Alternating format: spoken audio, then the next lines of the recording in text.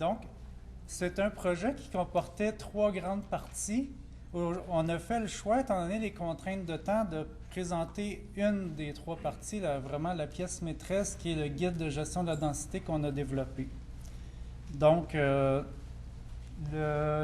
c'est un projet où il y a plusieurs personnes impliquées. Il y a Produits forestiers Résolus qui faisait partie du projet pour une des 2 parties concernant l'évaluation des coefficients de distribution de la régénération après coupe et après feu. Et que je ne vous présenterai pas aujourd'hui, mais s'il y a un intérêt, sachez qu'il y a un rapport complet de fait sur le sujet et on peut présenter à un autre moment. On a aussi une autre partie qui portait aussi sur la production forestière en lien avec les coefficients de distribution de la régénération, qui était avec Stéphane Tremblay ici présent dans la salle. Donc, c'est un projet qu'on a fait aussi des analyses, mais que je ne présenterai pas du tout aujourd'hui. Dans le projet, il y a plusieurs chercheurs impliqués, des chercheurs universitaires, des chercheurs du ministère de Faune, Forêt et Parcs, et aussi du Centre canadien sur la fibre de bois. En entrée de jeu, les guides de gestion de densité élaborés en Amérique du Nord sont généralement élaborés pour des peuplements écrouilliens. Donc, au Québec, c'est encore très peu utilisé parce qu'il n'en existe pas vraiment de disponible actuellement pour la forêt québécoise. Et une problématique de notre forêt québécoise, c'est que les peuplements écrouilliens, ce n'est pas nécessairement la norme. On vit au Québec beaucoup de diversité de structures et un grand territoire. Donc, le but d'un guide de gestion de la densité, c'est d'évaluer la densité relative qui va nous permettre de savoir jusqu'à quel point notre peuplement est fermé ou très ouvert. À partir de où on est situé dans le guide, on va pouvoir aussi évaluer la possibilité de faire des éclaircies. On va pouvoir également estimer les volumes de bois sur pied assez rapidement en se situant sur le guide. Un guide de gestion de la densité est composé de différentes relations. Il y a une partie statique dans le guide de gestion de la densité, puis il y a une partie dynamique. À la base, on a 2 axes. On a l'axe des X, qui est la densité de tiges à l'hectare, et en Y, on a le volume moyen par tige dans notre peuplement. Donc, les 2 axes sont sur des échelles logarithmiques, et le but un peu, c'est de se situer à l'intérieur de ce diagramme-là. Le premier élément qui est important pour un guide de gestion de la densité, c'est la droite d'auto-éclaircie. En réalité, la loi de l'auto-éclaircie propose qu'un peuplement d'un volume moyen donné ne peut pas dépasser une certaine limite de densité. Donc, pour, par exemple, point 1, il y a une certaine limite qu'un peuplement ne peut pas dépasser parce que les arbres vont se faire trop de compétition.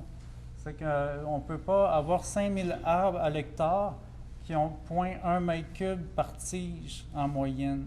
C'est que cette droite-là d'auto-éclaircie nous permet de rapidement se situer, voir jusqu'à quel point notre forêt est fermée et ouverte. On a différents éléments qu'on peut faire à partir de cette droite-là, des droites qui sont parallèles à la droite d'auto-éclaircie, donc qu'on appelle des indices de densité relative. La droite qui est en bas, en théorie, on a la droite de fermeture du couvert à un indice de densité relative de 0,15 qui nous permet de voir si notre peuplement est situé sous cette droite-là. Ça indique que notre peuplement est très ouvert et on a plein de trous dans notre couvert qui pourraient être remplis par d'autres arbres. À partir du moment où on est situé au-dessus de la droite de fermeture du couvert, bien là, on a un peuplement mieux stocké où quand on va dépasser la ligne pointillée supérieure, en théorie, on va tomber dans une zone où on va se retrouver à avoir trop de compétition et on va commencer à avoir de la mortalité d'arbres dans notre peuplement. Et en théorie, entre la droite de 40% et celle de 55%, c'est la zone où il y a l'optimum de croissance. C'est l'endroit où on devrait essayer d'amener nos peuplements dans cette zone-là. Donc, si on arrive à se situer dans notre diagramme, on peut rapidement voir quel est l'état actuel de notre peuplement en termes de densité. Pour pouvoir se situer sur ce diagramme-là, il nous faut entre autres, des isocourbes de hauteur dominante. C'est qu'ici, vous avez différentes hauteurs dominantes. La plus basse ici à 6 mètres et une autre ici à 24 mètres en haut. Si vous avez la hauteur dominante de votre peuplement et sa densité, vous allez pouvoir vous situer dans le diagramme où on est situé. Par exemple, si on est à 2000 tiges à l'hectare et notre peuplement à 14 mètres, on sait qu'on est au-dessus de la droite de fermeture du couvert. Un autre élément qu'on peut ajouter, et on pourrait en ajouter plein aussi, mais à un moment donné, il faut que ça arrive on faut arriver à bien visualiser qu'est-ce qu'on veut voir. On a la droite de diamètre moyen quadratique. Ça, c'est le DHP de l'arbre moyen en termes de surface terrière. Ces droites-là, c'est plutôt des lignes. Au lieu d'être des courbes, c'est plutôt des lignes. Et encore là, si vous avez le diamètre moyen quadratique de votre peuplement, vous êtes en mesure de vous situer sur le guide à partir de ces droites-là.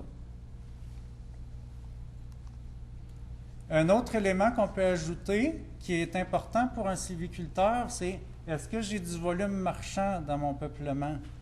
C'est que j'ai mis sur l'axe de droite ici le pourcentage du volume total qui est en volume marchand. Donc, c'est du volume de 9,1 cm et plus. Étant donné que la partie de gauche, c'est vraiment du volume total moyen, on considère la souche jusqu'à la fin de l'arbre. Et l'autre élément important d'un guide, c'est d'avoir aussi une partie dynamique. C'est que, par exemple, la dynamique forestière d'une espèce intolérante, en théorie, serait quelque chose de ce genre-là. Tant et aussi longtemps qu'on n'a pas atteint la droite qu'il y a ici, la droite pointillée, normalement, les arbres, ils ne se nuisent pas trop, mais quand on tombe dans la zone de fermeture du couvert, plutôt pas la fermeture, mais dans la zone induite par la compétition, là, on commence à avoir de la mortalité qui fait en sorte que nos droites vont commencer à tourner vers la gauche parce que la densité va diminuer. Ça, c'est pour des espèces intolérantes, mais pour l'épinette noire, c'est une autre paire de manches parce que, comme vous connaissez plusieurs, entre autres, on a de la régénération qui peut s'établir sous couvert. On a le marcotage aussi qui fait en sorte que l'évolution ne sera pas vraiment aussi simple que ça dans nos paissières noires.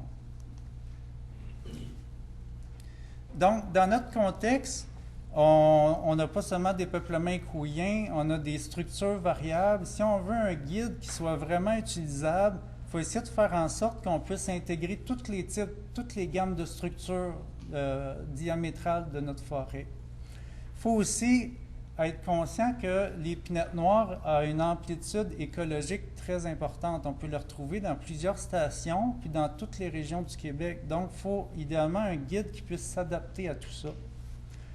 Et donc, un bon guide va tenir compte de toutes ces variabilités-là, peut-être même aussi du climat régional.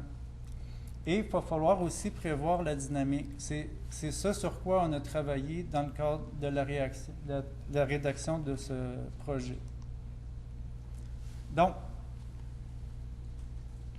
les données qu'on a utilisées, c'est des données, entre autres, de placettes échantillons d'analyse de tiges réalisées par la Direction des inventaires forestiers. Ces placettes-là étaient réalisées dans le but de faire un projet de zonage et d'évaluer les EQS. Donc, on a pu bénéficier de ces placettes-là, en plus de toutes les placettes du 3e et 4e décennal, les placettes échantillons temporaires et les placettes échantillons permanentes. Et ce qu'on a fait avec ça, c'est qu'on a commencé par faire un premier filtre pour s'assurer de garder les placettes où on a suffisamment d'arbres échantillons, avoir au moins 2 arbres échantillons d'épinettes noires par placette. Toutes celles qui en avaient moins étaient enlevées. On a aussi gardé les paissières noires, donc où il y a une forte majorité de la surface terrière qui est représentée par l'épinette noire. C'est qu'on a laissé tomber toutes celles qui avaient moins de 90% de surface terrière en épinette. Il devait aussi avoir aucune perturbation ou intervention sylvicole dans les 25 dernières années, de manière à éviter d'avoir beaucoup de variations dans nos résultats. Et aussi, on s'en est tenu aux végétations potentielles les plus communes, qui est les végétations potentielles de la paissière à mousse ou à éricacée, c'est R2. Donc, quand on a un type écologique, les 3 premiers caractères représentent la végétation potentielle. Donc, R2, c'est les paissières à mousse ou à éricacée. Et on a pris aussi les R3, qui correspondent plutôt aux tourbières. C'est la végétation potentielle de la paissière à mousse, la paissière à sphène, et non à mousse. Donc, toutes les données qu'on a utilisées, ça fait plus de 8000 placettes. Vous voyez que l'étendue est assez grande. On a des placettes partout au Québec, dans pratiquement toutes les sous-régions écologiques. Et parmi les 8000, on a pu aussi utiliser 260 placettes permanentes pour la partie dynamique, où on avait au moins 2 mesurages à l'intérieur des données du 3e et 4e décennal. On a réalisé les compilations de données. La première chose qui a été nécessaire de faire, c'est de faire des bonnes relations hauteur-diamètre. C'est qu'on a fait des relations hauteur-diamètre adaptées à chaque placette, puis aussi à chaque essence, à partir de régressions non linéaires mixtes. On a aussi décidé de compiler les données à partir de 4 cm et plus. Donc, on a laissé tomber les arbres de 2 cm qui amènent beaucoup de bruit dans les données. Donc, tout ce que je vais vous présenter aujourd'hui, les statistiques, les axes qu'il y a sur le diagramme, gardez en tête que c'est tout le temps les arbres de 4 cm et plus qu'on considère. On a aussi évalué les types de structures et compilé les données de volume total à partir d'un tarif de cubage de Hohner. Et le volume marchand est évalué avec les nouveaux tarifs de cubage pour la forêt québécoise fait par Fortin et al. 2007. Donc, les résultats, je vais vous les présenter en 3 grandes parties. La partie statique, les 4 grands types d'équations qu'on retrouve dans un guide de gestion de la densité. Ensuite, je vais vous parler de la partie dynamique, puis on va tout rassembler ça ensemble pour vous présenter le guide que ça donne. Pour que vous puissiez suivre, j'ai fait des onglets en bas pour savoir où je suis rendu dans les résultats. Donc, si on commence par la droite d'auto-éclaircie, ce qu'on a utilisé pour faire la droite d'auto-éclaircie, c'est une régression quantile. Ça permet de vraiment déterminer la limite que les peuplements peuvent se rendre. Et pour cela, on regarde le nuage de points et la régression va déterminer une droite qui va nous permettre de dire, au-delà de ça, il n'y aura pas plus que 1% des placettes qui peuvent atteindre ce niveau-là. Donc, ça va nous permettre de déterminer quelle est la capacité maximale de tige à l'hectare qu'on peut retrouver pour un volume donné, un volume moyen donné. Ça a été calibré avec les placettes de densité A et B, ce qui faisait presque 1500 arbres, 1500 placettes. Et une des premières résultats qu'on a obtenus, c'est qu'il y a une différence entre les végétations potentielles. Ici, je vous présente la végétation potentielle R2. Donc, c'est plutôt les paissières bien drainées, les paissières à mousse et à éricacée. Donc, vous voyez la droite d'auto-éclaircie et les points qui ont servi à déterminer la droite. la pente qu'on retrouve, c'est une pente de moins 1. Généralement, on s'attendrait plutôt à une pente de moins 1,5. Et Peter Newton, en Ontario, lui, a obtenu une droite assez différente de la nôtre, où on s'aperçoit qu'au Québec, on arrive, pour ce type de station-là, à avoir des volumes moyens un peu plus élevés pour une densité donnée. Probablement, entre autres, parce qu'on a des peuplements qui ont eu moins d'aménagements intensifs et les forêts très denses n'ont pas été traitées. Alors qu'en Ontario, ce type de station-là a été assez traité intensivement, de sorte que les points qu'on retrouve en haut n'existent peut-être plus. Et c'est pour ça qu'on obtient une droite un peu différente. Si on regarde à 15% de la droite d'auto-éclaircie, ça nous donne la droite de fermeture du couvert. C'est que vous pouvez voir tous les points de densité A et B sont à l'intérieur des deux droites. C'est qu'en bas de ça, normalement, on devrait être plutôt dans du densité D, parce qu'on n'a pas atteint la fermeture du couvert. Dans le cas des tourbières, donc, on a pratiquement la même droite d'auto-éclaircie que ce qui a été obtenu en Ontario. Donc, on a une droite qui est différente, qui est plus proche de la théorie classique de moins 1,5 comme pente. Et on voit encore une fois que les données sont à l'intérieur des deux droites. La deuxième étape, c'était d'établir maintenant les courbes dans notre guide de densité. Donc, les courbes de hauteur dominante. Et un des premiers points qu'on a travaillé, c'est le fait qu'on a besoin de tenir compte de la structure pour être plus précis dans notre hauteur dominante. Et pour ça, on a développé un indice. Parmi les indices qu'on a essayés, l'indice qui était le plus intéressant, c'était d'établir un rapport entre le diamètre moyen quadratique de notre placette et le diamètre des dominants. Et ça nous permet d'avoir une idée de la structure et ça vient très bien coller dans un guide. Ça améliore beaucoup notre pouvoir prédictif. Donc, si c'est proche de 1, ça veut dire que le diamètre moyen quadratique est proche du diamètre des dominants. S'il est très faible, ça veut plutôt dire qu'on a une structure qui est plutôt inéquilibre. Si on regarde des exemples concrets, ici on a un peuplement équouien. On voit la ligne verte, la flèche verte, c'est le diamètre moyen quadratique et la flèche rouge, c'est le diamètre des dominants. Le diamètre des dominants, par définition, c'est les 4 plus grosses tiges par placette de 400 mètres carrés. Donc, étant donné que les deux flèches sont assez rapprochées, on a un rapport de diamètre assez élevé. Si on rajoute, par exemple, plusieurs tiges de 4 cm dans notre peuplement, ça devient un peuplement un peu plus irrégulier.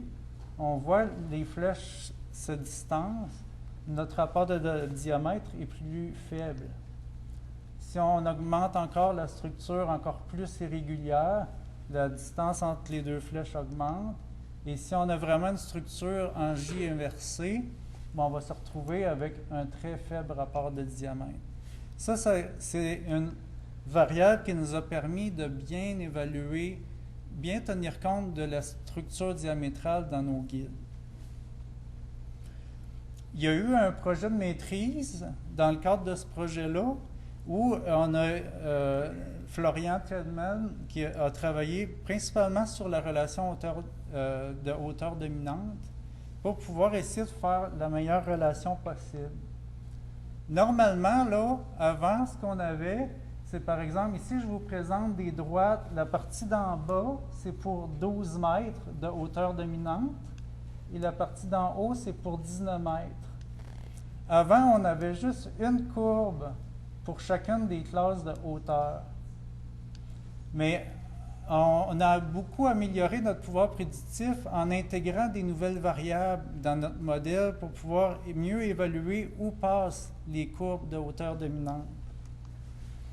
Par exemple, entre 19 et 12 mètres, je vous ai fait ici un apostrophe pour indiquer l'effet de passer de 12 à 19 mètres sur le volume moyen. C'est un effet assez important. Ensuite, Florian a essayé le rapport de diamètre pour voir qu'est-ce que ça allait donner comme amélioration. Et vous voyez, ça a permis d'améliorer un peu notre pouvoir prédictif. Ça permet d'augmenter un peu notre évaluation et devient plus précise pour le passage de la hauteur dominante. Et la variable W ici, c'est pour distinguer les régions de l'Est par rapport aux régions de l'Ouest. On a pu voir que dans l'Ouest, il y a